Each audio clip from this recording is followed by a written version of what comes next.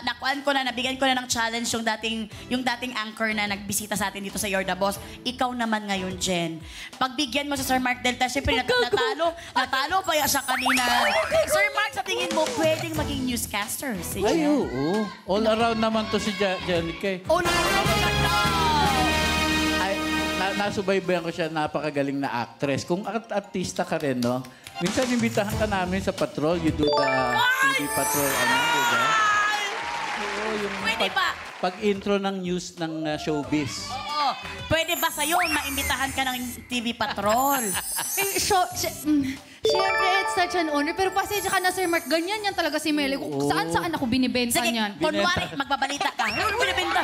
Magbabalita ka. Aray ko, nananakita ng partner ko dito. Mga one paragraph lang or two-liners lang. Sige. Sabi mo na sa Ano ulo po na bang nagbabagang sinasabi? balita. Sabi mo sa ulo na nagbabagang balita. Tapos ano yung balita mo? Kunwari, ang balita mo, 2 kalbo nag-uuntugan. Sorry. Sa ulo ng nagbabagang balita. Oh. Kung ano na lang maisip mo, Sa ulo ng nagbabagang balita sa You're the Boss, napag-alaman na ang isang aso ay naging tao sa pamamagitan ni Melay Cantiveros Francisco.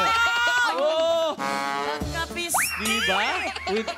Alam mo, Yung mabuti pa. quality ng voice nandun, ha? Oh, ha? Pero hindi mo napansin yung quality ng sinabi niya. Sobrang sakit sa akin yun. Medyo nga. Medyo. Kasi naman Hindi, wag na natin talaga. Hindi, kasi alam mo, Sir Mark, hindi mo na pag-aalaman. Dito talaga, si Melay talaga, meron talaga po siyang talento rin. Shape-shifting. Ipakita mo, job order Ano yun? number 1 as a dog.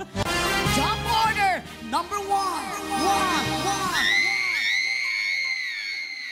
Oh, kita niyo naman, Sir Mark. Iba-iba yan. Depende sa mood niya. Minsan, parang asong na rabies. Ngayon naman, asa uwak. Grabe. Number 2.